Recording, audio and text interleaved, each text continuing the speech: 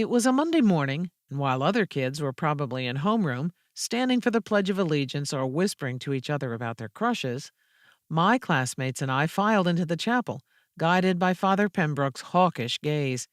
It seemed to me that the father never blinked, only squinted through narrow slits as we filled the first 2 rows of pews. Once we were all seated, Pembroke clasped his hands behind his back, started to pace back and forth. I thought of a video I'd seen last week in science class of a lion prowling through tall grass, seeking its meal for the day. I didn't need to finish watching it to know how it would end. Pembroke spoke, his voice like tires spinning in gravel. "Good morning, children." "Good morning, Father." Silence filled the chapel. Pembroke let it fester, let it tighten around us like a white-knuckled hand. I clutched my gut to keep it from turning over, but it started flopping around anyway. My stomach groaned, then made a weird ripping noise that sounded like fabric being torn in half. I hugged myself tighter. A couple of my friends smirked at me, but no one dared laugh. We all knew what was coming next, and it was no laughing matter.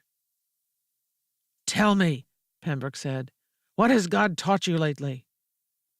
We kept silent at first, as we always did when Pembroke asked this question each morning. He waited, held up his right hand, and started to wiggle his fingers. We all knew he was getting ready to call on somebody. "Kevin," Pembroke said, "what has God been teaching you?" I let myself relax, slouched into the pew. I was safe for now. Unfortunately, Kevin wasn't so lucky. He stood, fiddled with his hands, and mumbled something. I was sitting just 2 seats away from him, and even I couldn't hear what he was saying. "Speak up," Pembroke roared.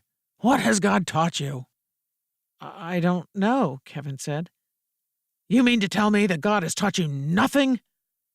"I guess." "No, do not guess, young man." And so it went. Poor Kevin. He should have known better than to walk into the chapel without a story ready. He could have at least mentioned that God was teaching him how to trust him more or something like that. That was usually enough to please Pembroke. It never made the encounter any less terrifying, but at least it didn't get drawn out. I managed to make it through the service without getting called on, and as we left the chapel, I made a note to remember the story I had made up, just in case. Our next stop was Bible class, which was my favorite because that was my best chance to read whatever I wanted. If I held my Bible just right, I could hide a smaller book inside it, usually something I found at the public library. There were a couple of times when I caught Sister Phillips staring at me, giving me long and disapproving looks. But if she noticed my extra reading, she never said anything. That day, while everyone else was studying how God dealt with the Egyptians, I was reading about gods of an entirely different kind.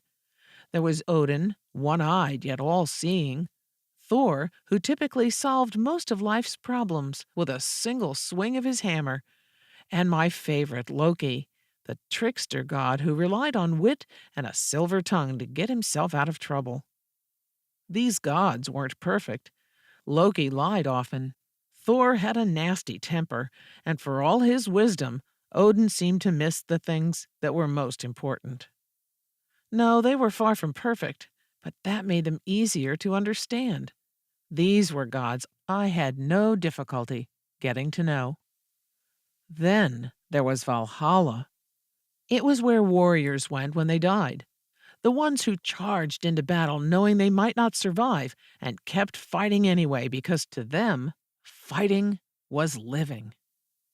Their afterlife was spent in Odin's hall, and they feasted and made jokes, and probably didn't get into trouble for reading Harry Potter.